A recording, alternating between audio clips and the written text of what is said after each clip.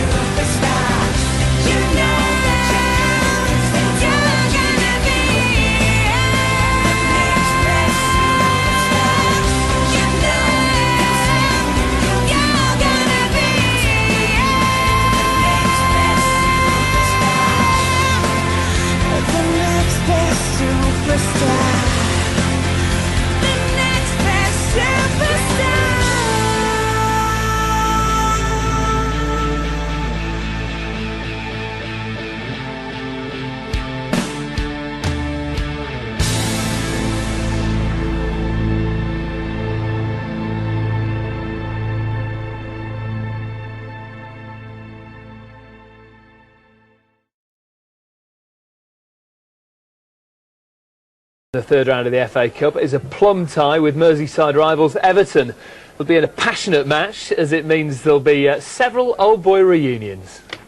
Does the FA Cup get more romantic than a ferry across the Mersey? For the first time in 33 years, Tranmere Rovers meet Everton and they can't hide their delight. It's always been nice to play Merseyside derbies in the past. As far as we're concerned, on Merseyside, it's the draw of the round. It's a great draw for myself personally and for the club.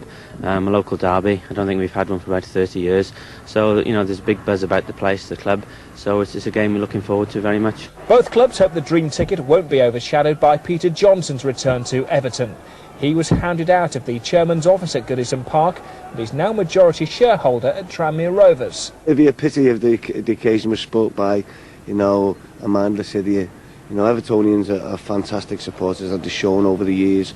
Very, very loyal, and it'd be a pity if that was to happen. The reception for another ex-Evertonian will be vastly different. Paul Rideout won the FA Cup for the Blue Noses back in '95 and is still a folk hero in the city. A couple of times I've gone out in Liverpool and fans have come up and said, "Oh, great thing that you did for us, beating Man United, getting that goal." But it was, you know, that's how much it means to them. And now, you know, us beating Everton as a Tranmere player is just as a big thing as that was for us beating Man United when I was at Everton. Romantic, yes, but ask Leeds, Middlesbrough, West Ham and Sunderland, and they'll tell you Tranmere have no respect for Premiership reputations.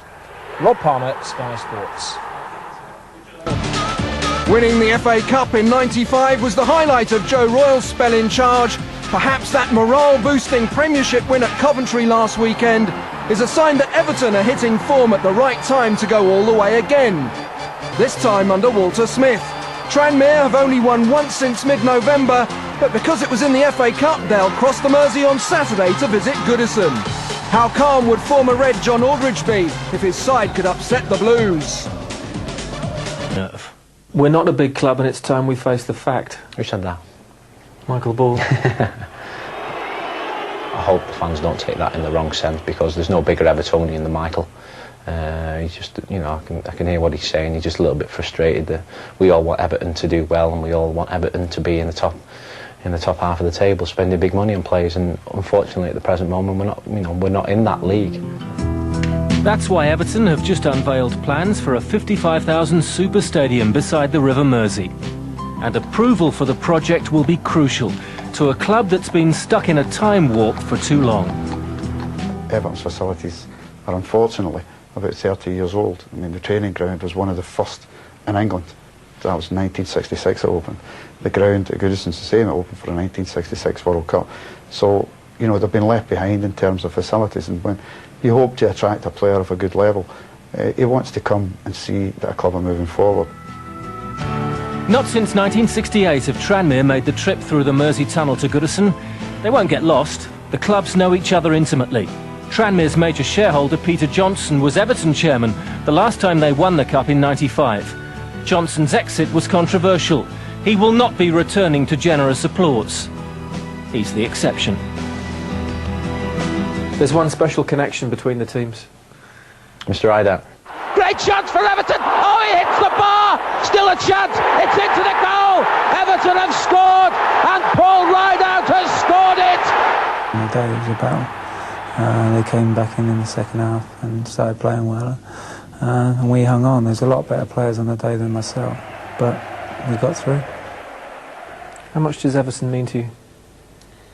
It doesn't mean as much as Tranmere now. I mean, when I was there for 9 years, obviously that was my life, and you know, some great times, some great memories there. Gray left it, Sheedy! Oh, yes! You know, my loyalties are now with Tranmere. I'm employed by them, so I'll be doing everything I can to make sure we do well and hopefully get a result on the day. Tranmere. Everton. Tranmere. Everton. Tranmere. Everton. Tranmere. Everton. Tranmere. Tranmere. Losing in this round of the Cup would be painful anyway, but you know, when it is close, it is like losing a derby. I mean, it would be like end of the world, if you like. I will always get 100% on my players, and that will give us a chance.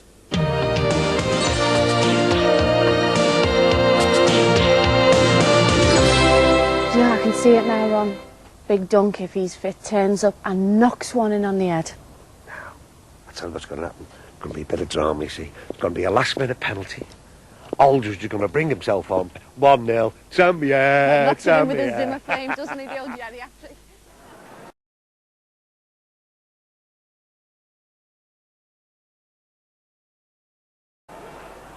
Gabriel Clark reporting on the build-up to the match on Merseyside. We'll stay with the local accent for the game. Alan Owen of Radio City takes us through the match at Goodison Park. Long ball downfield, which Parkinson gets on the end off for Tranmere, pulls it back to Sean Flynn. Deep cross into the penalty, far post. Steve Yates' header, it's looped in. Tranmere have got the lead at Goodison Park. Steve Yates has got his third goal of the season. He celebrates his 30th birthday on Monday, and he'll celebrate it in style if this turns out to be the winner for Tranmere Rovers. Sean Flynn with the deep cross. Steve Yates rose at the far post. It just looped over goalkeeper Thomas Myra. He couldn't do anything about it. Parkinson, this is where he can use his pace. He's up against Unsworth. He's on the right edge of the penalty. He pulls it back. It's 2-0 for Tranmere Rovers. It's Jason Kumas who's got the goal. Kumas on the edge of the penalty area. That is sublime skill from Jason Kumas. He didn't look up. He knew where Thomas Myra was positioned. The pullback from Parkinson. Jason Kumas just had a right-footed effort, which he just clipped over Thomas Myra. Pumas will deliver this corner. Clint Hill's inside the penalty area. It's aimed for the header. Steve Yates! He's done it again! Surely it's all over for Everton. Steve Yates has got his second of the game. He rose superbly from Pumas's corner and he headed low. He headed behind Thomas Myra, and Tranmere Rovers are in dreamland because they lead at Goodison Park by 3-0. Surely the tie's over. Tranmere are on their way into the 5th round of the FA Cup. It's Everton 0, Tranmere Rovers 3. The lads done what I knew they were always capable of doing. To win 3-0 was far beyond what I thought we could do. But we took the goals well, you know, and that's what happens when you hit the target, you score goals. But it was always important to get the first goal. Everton really did come at us. The crowd were right behind them, and we rode the storm, and then we started to play. It was right down to the planning that we were putting before the game, really. A team full of heroes, but what about your man Steve Yates? Yeah, I don't like singling anyone out. You talk about Steve scores 2 goals. If he can score 2, the game's gone. But he's so determined when he gets in the box, and his heading ability is excellent. You see it in training day in, day out. And he scored 2 whoppers today, 2 great goals.